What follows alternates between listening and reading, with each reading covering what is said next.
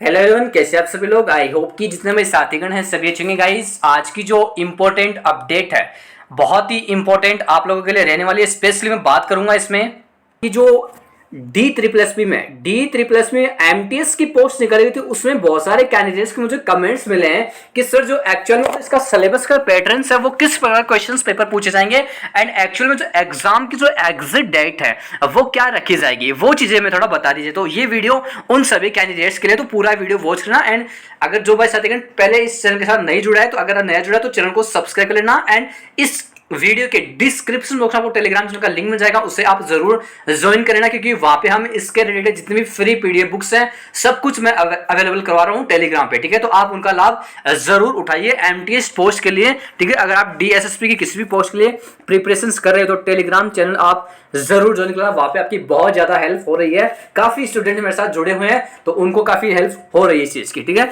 अब बात करते हैं आपकी एग्जाम्स को लेकर। एग्जाम्स का शेड्यूल मैंने पिछले वीडियो में बता दिया है आपको। ठीक है, मैं आपको फिर से बता दूं, अगर कोई भाई नया देख तो एग्जाम्स आपका जुलाई तक इसका कंडक्ट होगा। इससे पहले कोई चांसेस नहीं कि एग्जाम्स आपका शेड्यूल होगा। ठीक है, अभी फिर आपके पास लगभग बात करें तो 2 से 2.5 महीने का भी आपके पास टाइमिंग है। 2 से 2.5 महीने का आपके पास टाइमिंग है। अच्छी खासी मेहनत कीजिए इसमें। अगर आप मैं बात करूं तो इसमें अगर आपने एक बार मेहनत अच्छे से कर ली ना तो आप आसानी से इस पोस्ट के लिए सिलेक्शन ले जाओगे, क्योंकि इस बार इस वैकेंसी के लिए अगर आप अपने नजदीकी कैंडिडेट्स, आप किसी भी अपने फ्रेंड सर्कल में पूछ लेना कि आप किसकी प्रिपरेशन कर रहे हो, तो ज्यादातर कैंडिडेट्स आपको एसएससी के मिलेंगे। ठीक है, बाकी जो डिफेंस के लेवल के भी कैंडिडेट आपको मिल जाएंगे, लेकिन मतलब इसमें से बहुत कम मात्रा मिलेंगे डीएसएसपी की प्रिपरेशन करने वाले। ठीक है, तो क्योंकि इसमें हर कोई कैंडिडेट तैयारी नहीं करता है। इसका एक तो कंपटीशन का लेवल अच्छा खासा, मतलब पेपर का लेवल हाई रहता है। इसमें एक सिलेबस इसमें बहुत ही स्टैंडर्ड टाइप का पूछा जाता है। ठीक है, तो इसके चलते काफी कैंडिडेट्स के लिए प्रिपरेशन में स्टार्टिंग ही नहीं करते इस चीज के लिए। ठीक है, पेपर के लिए फॉर्म तो भर देते हैं, लेकिन फॉर्म को भरने के बाद एग्जाम्स की प्रिपरेशन बहुत ही कम करते हैं और एग्जाम्स को पार्टिसिपेट नहीं करते हैं। ये चीजें अभी हाल ही में जो एग्जाम्स हुई है डीएसएसबी की, जेजे पीएसए की जो भी एग्जाम्स हुई ना, उन सभी कैंडिडेट को देखने को मिला है लगभग बात करूं तो 41% कैंडिडेट्स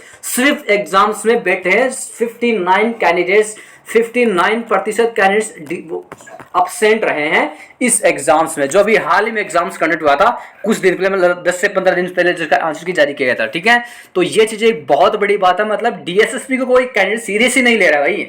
फॉर्म तो फिल कर देते हैं लेकिन एग्जाम्स को लेकर कोई सीरियसली है ही नहीं। ठीक है, तो ये चीजें बता रहा हूं। अगर आपने इसके लिए फॉर्म फिल किया है तो आप इसके लिए प्रिपरेशन भाई एक बार मेहनत लगा के कीजिए, आपको आसानी से सिलेक्शन का पोस्ट मिल जाएगा। ठीक है, एंड आपने मुझे आई होप कि आपने पीओन की पोस्ट के लिए अप्लाई किया है तो उसके लिए भी आपको अच्छी खासी इसमें सेम इसमें पैटर्न रहने वाला, बाकी इसमें कोई चेंजेबल आपका नहीं है। देखो सिलेबस का पैटर्न इसमें डीएसपी में ये अच्छा है कि इसमें सिलेबस का पैटर्न सब में सेम सही रहता है। ठीक है, ठीक है, ये सिलेबस का पैटर्न मतलब जीके हो गया, आपका रीजनिंग हो गया, मैथमेटिक्स हो गया और इंग्लिश हो गया, हिंदी हो गया। ठीक है, 40 क्वेश्चन होंगे। ठीक है, 200 ही मार्क्स होंगे, 200 ही आपका नंबर होगा। ठीक है, 2 घंटे का आपको टाइमिंग होगा भी। ठीक है, बहुत ही इसमें अगर मैं एवरेज बात करूँ ना, आपका एवरेज आपकी कट ऑफ को लेकर, ठीक है, एवरेज कट ऑफ बात हो तो जनरल कैटेगरी के लिए है, स्पेशली क्योंकि जनरल में कंपटीशन आ रहता है रहेगा इस बार, क्योंकि फॉर्म फिलिंग हुई है 4 लाख फॉर्म फिलिंग हुई है। तो इसमें जनरल कैटेगरी से बहुत ही अच्छी खासी फॉर्म फिलिंग की गई है, क्योंकि जनरल में जो अदर स्टेट के कैंडिडेट जिन्होंने अप्लाइड किया है ना इस पोस्ट के लिए, वो सारे जनरल में काउंट हो चुके हैं। चाहे आप अदर स्टेट के किसी भी कास्ट से हो, चाहे एससी से हो, चाहे एसटी से, चाहे ओबीसी से हो, वो सारे कैंडिडेट्स डीएसएसपी के फॉर्म में जनरल में काउंट हो चुके हैं। ठीक है, तो यही चीजें आपके लिए इसमें थोड़ा कट ऑफ को लेवल बढ़ाने के चांसेस रहेगी, क्योंकि अदर स्टेट के ऐसे कैंडिडेट हैं जो बहुत ही अच्छी खासी के लिए प्रिपरेशन कर रहे हैं इस पोस्ट के लिए। ठीक है, तो जनरल का अगर आप एवरेज को बात करूं 130-40 का आप एवरेज रखना ही रखना, क्योंकि एमटीएस की पोस्ट है, कंपटीशन में फॉर्म थोड़ा अच्छे खासे इसमें फिल किए गए, तो इतना तो आप एवरेज को रखना ही रखना, क्योंकि इसमें हर कैटेगरी का कैंडिडेट फाइट करेगा इसमें। ठीक है, एंड जो ओबीसी के दिल्ली वाले कैंडिडेट ओबीसी में शामिल हैं, ठीक है, तो ओबीसी का एवरेज को बात करूं तो 120 तक आप 120 का रखना, इससे आपका फाइनल में होने के पूरे चांसेस रहे। ठीक है, बाकी एससी वाले का तो वही रेशियो इसमें 115-20 का रहना। ठीक है, एंड एसटी वाले का तो ठीक है, तो इतना आप स्कोर एवरेज रख लेना अपना। बाकी देखो और कोई आपके कंफ्यूजन है तो आप मुझे डेफिनेटली पूछ सकते हो। इन एडब्ल्यूएस कैटेगरी बता दूं, एडब्ल्यूएस में इतना एवरेज आपको ओबीसी कैटेगरी वाला है ना 120-25 तक का, तो इतना एडब्ल्यूएस वाले रखना ही जरूर होगा। ठीक है, बाकी मैंने आपके सारे डाउट क्लियरफाई कर दिए बारीकी से। एग्जाम्स आपका जुलाई में ही कंडक्ट होगा और एडमिट कार्ड का रेशियो बता देता हूँ, 10 to 50 डेज पहले आपका जो एडमिट कार्ड का लिंक है वो जारी हो जाता है 10 to 50 डेज के अंदर। ठीक है, तो ये चीजें आपको टेलीग्राम पे सब कुछ हम अवेलेबल करवा देंगे, तो उसके आप टेंशन मत लेना, सिर्फ एग्जाम्स की प्रिपरेशन करना। अगर आप जिस प्लेटफॉर्म से तैयारी कर रहे हो उससे आप करते रहिए, ठीक है। देखो इसमें मैं आपको स्पेशली बता देता हूँ, देखो अगर आपको इंग्लिश कम आती है तो आप इन 4 सब्जेक्ट के आप कमांड अच्छी रखना, जीके की, मैथ्स की, रीजनिंग की, हिंदी की, ठीक है। हिंदी के इनके मैंने हैंड रिटन नोट सब कुछ टेलीग्राम पे डाल रखे हैं, उनको एक बार पढ़ लेना आप लोग, ठीक है। एंड मैथ रीजनिंग इनके लिए तो आप अच्छे से प्रिपरेशन कर रहे हो। बाकी देखो स्टैटिक्स का पोर्शन जीके में पूछ लेता है, ठीक है। स्टैटिक्स की मैंने ऑलरेडी बुक डाल दी है।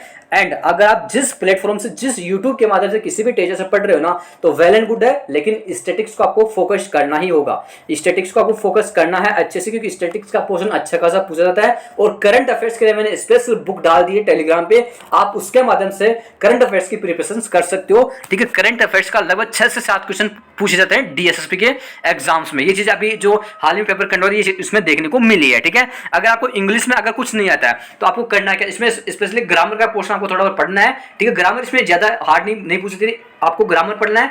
और सेकंडली अगर आपको वोकेबलरी याद नहीं होती है तो आप इसमें पैसेज वगैरह कुछ क्वेश्चंस आते हैं तो आप उनको अटेम्प्ट करना। आपका अगर आपने इसमें 4 में अटेम्प्ट अच्छे खासे कर लिए, अगर इस 5 को इंग्लिश में थोड़ा इसमें एवरेज आपने रख दिया तो आप आसानी से इसके लिए सिलेक्शंस ले पाओगे। बाकी देखो यही चीज़ है, इसके लिए आप मेहनत कीजिए। अगर आपका एग्जाम्स मेहनत करें तो इसका एग्जाम्स आपको पार्टिसिपेट करना है, क्योंकि इसमें देखो कैंडिडेट्स जो एवरेज में बताऊँ 50% तो पिछले एग्जाम में देखने को मिला है, लेकिन इस बार जो अभी हाल ही में एग्जाम उसमें केवल 41% थी भाई। तो मतलब कंपटीशन बहुत ही डाउन होता जा रहा है, मतलब इसके लिए कोई कैंडिडेट सीरियसली है ही नहीं, ठीक है। जो अदर स्टेट के कैंडिडेट तो वो ऐसे सोचता है कि भाई देखो तैयारी तो है नहीं अपनी, तो एग्जाम्स में पार्टिसिपेट नहीं की, ठीक है। जो अदर स्टेट का कैंडिडेट वो 2 बार सोचेगा कि इस एग्जाम को मैं देने जाऊँ या नहीं, ये तो ये सिलेबस, ठीक है। एक डीएसएसपी का पेपर का पैटर्न अच्छा खासा पूछा जाता है, एसएससी की कंपटीशन इसका हाई लेवल का पेपर पूछा जाता है, ठीक है। क्योंकि एसएससी अपना पेपर डाउन रखती है और कट ऑफ को हाई रखती है, और डीएसएसपी अपना पेपर तो लो रखती है और कट ऑफ को डाउन रखती है, ठीक है। पेपर तो हाई रखती है और पेपर कट ऑफ डाउन रखती है, ठीक है। बस यही इसमें कंपैरिजन है, बाकी और इसमें कोई चेंजेबल नहीं है। बाकी आप मेहनत कीजिए अच्छे से, और कोई आपको कंफ्यूजन है तो आप कमेंट्स के माध्यम से डेफिनेटली पूछ सकते हो, ठीक है। तो मिलता है नेक्स्ट वीडियो में, तक जय हिंद जय भारत।